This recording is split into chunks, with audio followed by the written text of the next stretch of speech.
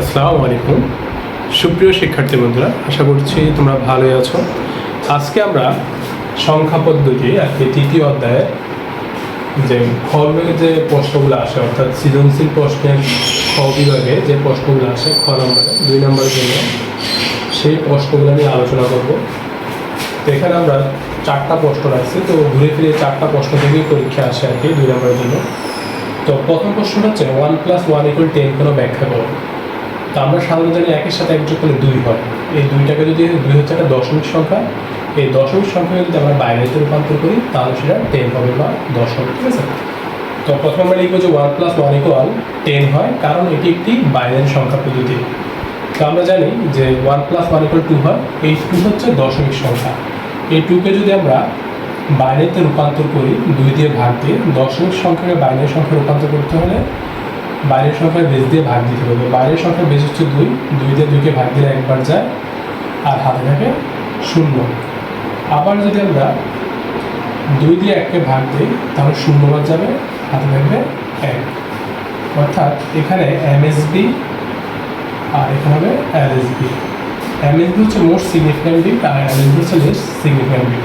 তাহলে 2কে আমরা বাইনারিতে রূপান্তর করলে হবে 1 আর 0 অর্থাৎ 10। তাহলে আমরা লিখতে পারি সুতরাং 1 + 1 = 10 হয়। পরের যে প্রশ্নটা সেটা হচ্ছে 1 + 1 + 1 = 11 কেন ব্যাখ্যা করো। তো আমরা জানি যে 1 + 1 + 1 = হচ্ছে 3, ঠিক আছে। এই 3 হচ্ছে একটা দশমিক সংখ্যা। এই দশমিক সংখ্যা যদি আমি বাইনারিতে রূপান্তর করি তাহলে সেটা হবে 11। তারপরে লিখবো যে আমরা জানি 1 + 1 + 1 = 3। তো এটাকে আমরা হচ্ছে বাইনারি সংখ্যায় নেওয়ার জন্য 2 দিয়ে ভাগ দিব, ঠিক আছে। তো 2 দিয়ে 3কে ভাগ দিলে একবার যায়, 2 একে 2 আর হাতে থাকে 1। আবার এই 1কে যদি 2 দিয়ে ভাগ দিই, মানে এটা এই যে টান দিয়ে আমরা 1 লিখলাম সেটা হচ্ছে কি অবশেষ, ঠিক আছে, ভাগ শেষ হবে। 2 দিয়ে 1কে ভাগ দিলে একবারও যায় না, 0 বার যায়, হাতে থাকে 1। তো একটা লিখলাম, তো এটা এখন নিচে থেকে উপরে দিয়ে যাবে। এটা হচ্ছে এমএসবি গুরুত্বপূর্ণ বিট আর এটা হচ্ছে এলএসবি কম গুরুত্বপূর্ণ বিট, ঠিক আছে। তাহলে আমরা বলতে পারি যে এই 3কে যদি আমি হচ্ছে 3 দশমিক সংখ্যা যদি আমি হচ্ছে বাইরেতে নিই তাহলে সেটা হবে 11, ঠিক আছে। তাহলে আমরা লিখতে পারি সুতরাং, তাহলে আমরা বলতে পারি সুতরাং 1 + 1 + 1 = 11 হয়।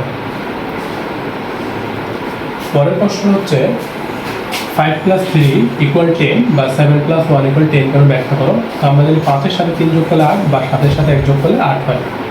8 সংখ্যাটা হচ্ছে একটা দশমিক সংখ্যা। তো এই দশমিক সংখ্যাকে যদি আমি অক্টালে রূপান্তর করি তাহলে সেটা 10 হবে আর কি। তো আমরা লিখব যে 5 + 3 = 10 হয়, কারণ এটি একটি অক্টাল সংখ্যা পদ্ধতি। আমরা জানি 5 + 3 = 8। তো 8 হচ্ছে কি একটা দশমিক সংখ্যা। এই দশমিক সংখ্যাটাকে যদি আমি হচ্ছে অক্টালে রূপান্তর করি 8 দিয়ে ভাগ দিয়ে, তাহলে সেটা দেখা যায় 8 দিয়ে 8কে ভাগ দিলে একবার যাবে, হাতে থাকবে 0। আবার 8 দিয়ে যদি এই 1কে ভাগ দিই তাহলে 0 বার যাবে, হাতে থাকবে 1, অর্থাৎ 10 হবে। তো এখানে এমএসবি, এখানে এলএসবি অর্থাৎ লেস সিগনিফিক্যান্ট বিট। তাহলে আমরা বলতে পারি যে 5 + 3 = 10। সুতরাং 5 + 3 = 10 হয়। অর্থাৎ মানে 5-এর সাথে 3 যোগ করলে হচ্ছে কি 8 হয়। এটা একটা দশমিক সংখ্যা। এই দশমিক সংখ্যাটা যদি আমরা অক্টালে রূপান্তর করি তাহলে সেটা হবে 10। পরের প্রশ্ন হচ্ছে 9 + 7 = 20 কেন ব্যাখ্যা করো, ঠিক আছে। তো আমরা যে 9-এর সাথে 7 যোগ করলে হচ্ছে কত 16 হয়। এই 16 হচ্ছে একটা দশমিক সংখ্যা। এটাকে যদি আমি হচ্ছে অক্টালে নিই তাহলে সেটা 20 হয়ে যাবে, ঠিক আছে। আমরা লিখবো 9 + 7 = 20 হয়, কারণ এটি একটি অক্টাল সংখ্যা পদ্ধতি। আমরা জানি 9 + 7 = 16 হয়, ঠিক আছে, 16 হয় অর্থাৎ। তাহলে আমরা এটাকে যদি কনভার্ট করি 16কে অক্টালে নিব আর কি। 16 হচ্ছে একটা দশমিক সংখ্যা। তো 8 দিয়ে ভাগ দিলে 8 দুগুণে 16, 2 বার যাবে, ভাগশেষ 0। আবার যদি আমি 2কে 8 দিয়ে ভাগ দিই তাহলে একবারও যাবে না, অবশিষ্ট থাকবে 2। এখানে এলএসবি আর এখানে হচ্ছে এলএসবি। তাহলে আমি লিখতে পারি সুতরাং যে 9 + 7 = 16 হয়। এই প্রশ্ন হচ্ছে খুবই গুরুত্বপূর্ণ, এটা পরীক্ষা আসে। হ্যাঁ, 1 + 1 = 10, কিন্তু আবার 1 + 1 = 1 হয়। ব্যাখ্যা করো, মানে এটা কেন হয়, ঠিক আছে? অথবা এই প্রশ্নটা অন্যভাবে আসতে পারে যে বাইনারি 1+1 ও বুলিয়ান 1+1 এক নয় কেন, ব্যাখ্যা করো, ঠিক আছে? তো প্রথমে এটা হচ্ছে বাইনারি পদ্ধতি, ঠিক আছে? 1+1 = 10, এটা একটা বাইনারি পদ্ধতি, কারণ আমাদের একের সাথে এক যোগ করলে 2 হবে, 2কে যদি আমি হচ্ছে বাইনারিতে নেই তাহলে সেটা 10 হবে। আর এটা হচ্ছে একটা বুলিয়ান যোগ, ঠিক আছে? বুলিয়ান যোগের নিয়ম যে আমরা জানি অর গেটের ক্ষেত্রে একটা ইনপুট সত্য হলে আউটপুট সত্য হবে, আবার দুইটা ইনপুটও কি সত্য হলে আউটপুট সত্য হবে। আমরা প্রথমে লিখব যে 1+1 = 10 হয়, কারণ এটি একটি বাইনারি সংখ্যা পদ্ধতি, কারণ এটি একটি বাইনারি সংখ্যা পদ্ধতি।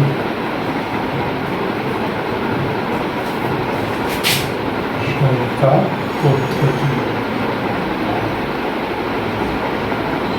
তা আমরা জানি কি যে একের সাথে এক যোগ করলে কি হয়, 2 হয়।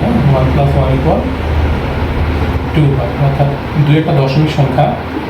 এই 2কে যদি আমরা বাইরেতে রূপান্তর করি তাহলে সেটা 10 হবে। তো 2কে 2 দিয়ে ভাগ দিলে একবার যাবে, হাত থাকবে 0। আবার এই 1কে 2 দিয়ে ভাগ দিলে 0 বার যাবে, হাত থাকবে 1। তো এটা হচ্ছে এমএসবি, অর্থাৎ গুরুত্বপূর্ণ বিট, আর এটা হচ্ছে লেস সিগনিফিকেন্ট বিট, কম গুরুত্বপূর্ণ বিট, ঠিক আছে? তাহলে আমরা বলতে পারি যে সুতরাং 1+1 = 10 হয়।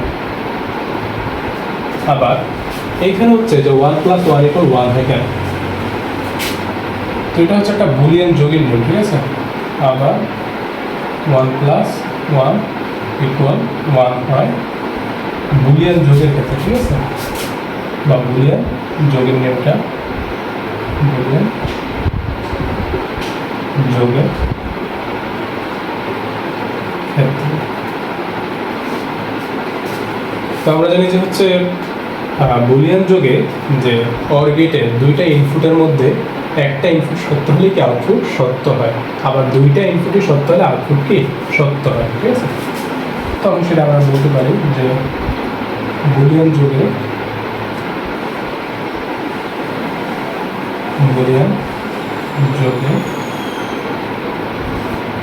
বা আমরা অর গেটকে লিখতে পারি অর গেটে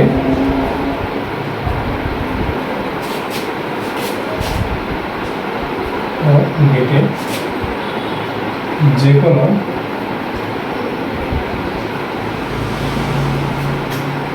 একটি বা দুইটি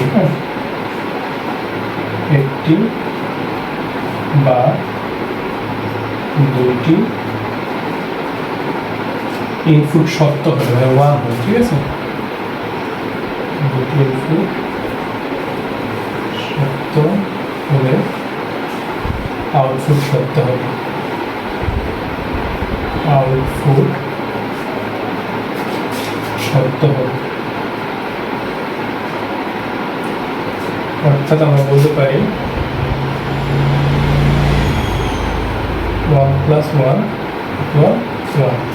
তাই আমরা বলতে পারি সুতরাং বাইনারি 1+1 ও বুলিয়ান 1+1 কি এক না। যে প্রশ্নটা আসলে এই প্রশ্নটা আসলে এটার উত্তর এটা হবে, আবার এটা আসলেও কি এটা উত্তর একই হবে, ঠিক আছে? তাহলে আমরা লিখতে পারি সুতরাং বাইনারি 1+1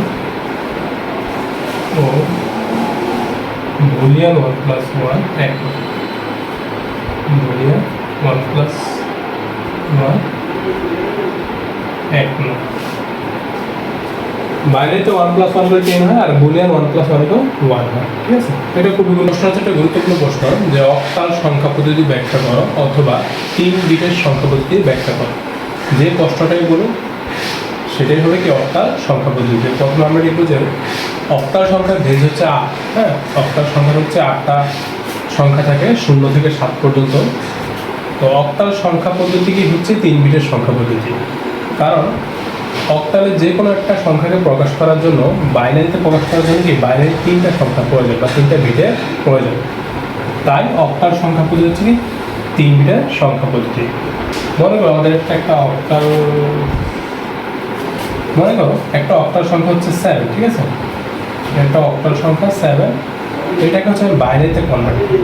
বাইনারিতে কনভার্ট করার জন্য আমাকে 3টা বিট প্রয়োজন, ঠিক আছে? তো 7 থেকে আমি প্রকাশ করে দিতাম 1 2 4, তাহলে অর্থাৎ 1 1 1 7 হ্যাঁ। তাহলে এটাকে আমাদের প্রকাশ করার জন্য এবং 3টা বিট লাগবে, ঠিক আছে? 1 1 1, অর্থাৎ অক্টাল সংখ্যা 7 এর বাইনারি বিট হচ্ছে কত? বাইনারি মান হচ্ছে 111। এরকম যে কোনো সংখ্যা 5টায় যদি আমরা প্রকাশ করি, এটা হচ্ছে অক্টাল সংখ্যা, এটাকে আমরা প্রকাশ করবো বাইনারি বিট, ঠিক আছে? তাহলে 101। তো যেহেতু অক্টালের যে কোনো সংখ্যা বাইনারিতে প্রকাশ করার জন্য 3টা বিটের প্রয়োজন, তাই অক্টাল সংখ্যা পদ্ধতিকে 3 বিটের সংখ্যা পদ্ধতি বলা হয়।